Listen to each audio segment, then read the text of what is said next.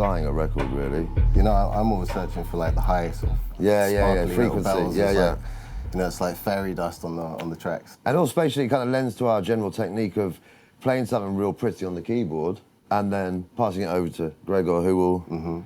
Who will do something ugly maybe on the and Moog destroy or it, something, yeah. and then you know, put that dirty Moog on there, and things like Abbey Road too. Abbey Road strings are beautiful, yeah. The sounds are so powerful and vibrant, you know, sounds like a real quartet.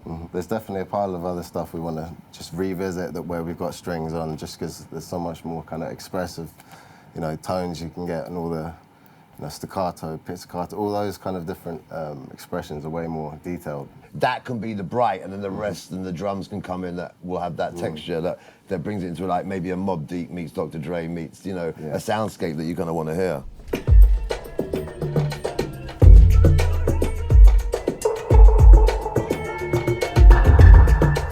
Recently been doing some stuff with Amaarae, a new... Jidenna as well. Jidenna record. A new artist called Sana. Some great writers and other producers as well. Yeah, one of our favourites at the moment is 8ix9ine. Yeah. He wrote quite a few songs on the Made in Lagos album with Wizkid. We got a really good kind of a marriage of sound. KZ, another incredible writer producer. He's come down. Usually people don't want to leave when they've. That's the problem with here. Yeah. IMO, in my opinion, is a vortex where you will never leave. A lot of us, like, you know, if it's the first time, generally it will be Gregor and I, and then them and their management or whatever, just like chill. The second session, we'll always have some of our team in here. You've got to get used to the team, you know, the way it is, You've got to get used to knowing, you know, you've got to get to know each other before you start making music together. Just make sure everyone's feeling comfortable to be as creative as possible when they're in the room, you know, not hold back any ideas. And that's exactly what it is, just let it all out and then we'll chop it up. That's one thing that we do spend a lot of time on, you know, taking an initial melody and then giving one of us 10 minutes to chop it up. You know, it's all yours, but we're like constantly reinventing it. And I think that kind of thing I learned from, you know, one of my mentors was Brian Higgins, Xenomania. Because I think he's the most prolific producer the UK's ever had. But he came here, I just wanted to hear, his ears are like crazy. So he had the executive Esther Dean chair, sat there, it's like, fucking good sound. You know, and I think a lot to do is you know, the vibe of these records that soak in a lot of the sound. And I think also give us a bit of luck. You could dip into any kind of era. And just for inspiration as well, just 100%. Having it all sitting there, just any record you pull out, it's going to be something The sound of the snare, the sound of that bass. You've got every boogie kind of funk, like banger, you know, West Coast banger, from Parliament to Zap, just all that kind of stuff.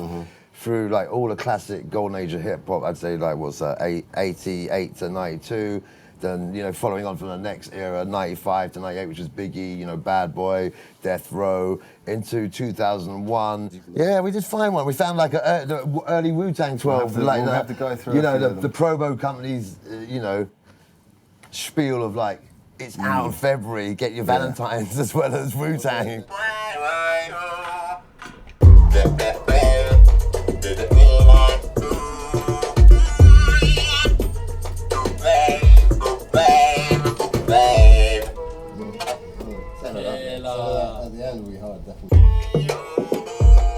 We love that West Coast kind of sound, you know, that Parliament, Zap bass, and that West Coast sonic that you'd hear in Snoop records, you'd hear in like Funkadelic. You just hear it's dripping. It's, you know, it's dripping. Yeah, same instruments as well. Yeah. Literally same talk box.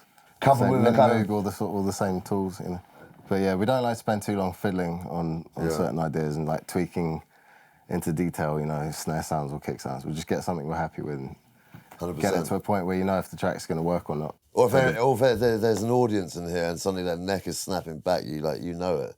That's the beauty of being around here and like the, you know, the creative team we have. Like, you know, even those outside of the core, everyone knows their music, and it's just like you really get that from other people's reaction.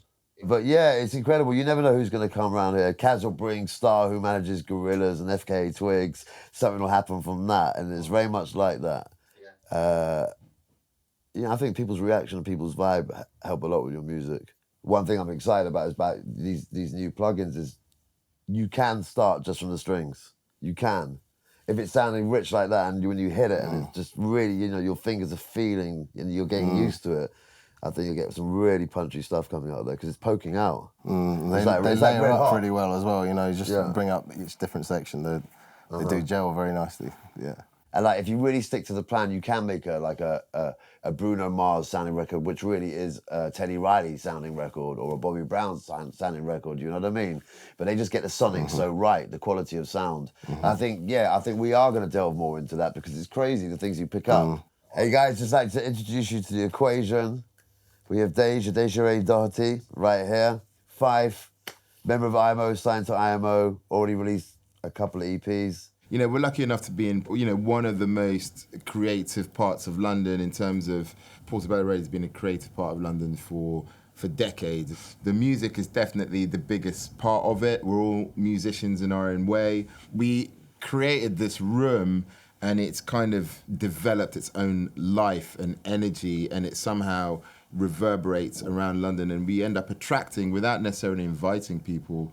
But I guess what we're mainly trying to do is have as much fun as possible whilst being very serious about the music, but still whilst having as much fun as possible. So we're trying to push boundaries and take music in directions that we know we're able to collectively and create something that's genuinely novel. You know, we've all got different musical backgrounds. I sort of bit more towards the kind of Afro tip, and also a hip hop head, and Ollie's come from the straight kind of hip hop, and you know, Devontae Swing, Teddy Riley R&B school, and Gregor's come from Fiddlesticks. And coming across this room, it was like stumbling across like a hidden gem. There's this guy in this corner just on his computer on the piano, and I was just like, obviously I'm a music man myself, so I was like, people trying to chat to me, but I'm like, I want to know who that guy is over there. At some point in the night, we kind of just crossed paths, got chatting, showing him some stuff. Dej was there as well, met Dej. These guys were like, in the moment, right now, let me hear your stuff. This is what we got going on, come. And I remember they literally, I think I was there till probably 4 or 5 in the morning, and I was back again the next day. By midday, I was back again, because they were like, just come through and like, let's just get working. Within the first few weeks of us linking up, we'd had however many tunes that we'd cooked up and all these ideas and stuff. Everyone kind of plays their own part. Whilst everyone is good at everything, everyone plays their part and knows their strengths and stuff. Like, it's a place that people can come, feel comfortable, network. Like, I've met so many people outside of music in here that do other amazing stuff, whether, you know, they're big sports stars, whether they're, you know, in fashion, in all sorts of different areas, but you know that when you come here, it's almost like, I guess, like a members club in its own right. Like, whoever you meet here, you don't know who they could be, but you know there's someone, and you know they're doing something cool, or, do you know what I'm saying, creative. And I think that's what's nice about here. And it definitely goes into the music when you've got that much talent, whether it doesn't have to be musicians, it could be an actor, or, you know, it could be a film composer, or, like you say, sports star or something. It's just like they bring a certain energy, and that just keeps it creative. It makes, you know, it's always fresh. It's definitely a cross-pollination of ideas as well. You know, you might get someone who's just come off some ayahuasca retreat in the back of Beyond or whatever, and they come in and go, oh, have you heard this? Someone will play something on the TV that none of us have ever heard before. You know, so it is, apart from being a hub, which is a great word for it, it is, you know, it's like a kind of overused but definitely accurate melting pot. And the only thing we've all got in common is For music. That's it, love, that's it. Yeah, that's what it is. Hammers, Spitfire Hammers, plug in, and had a little outro on that one as well. Exactly, yeah. We'll hook that one up. Yeah.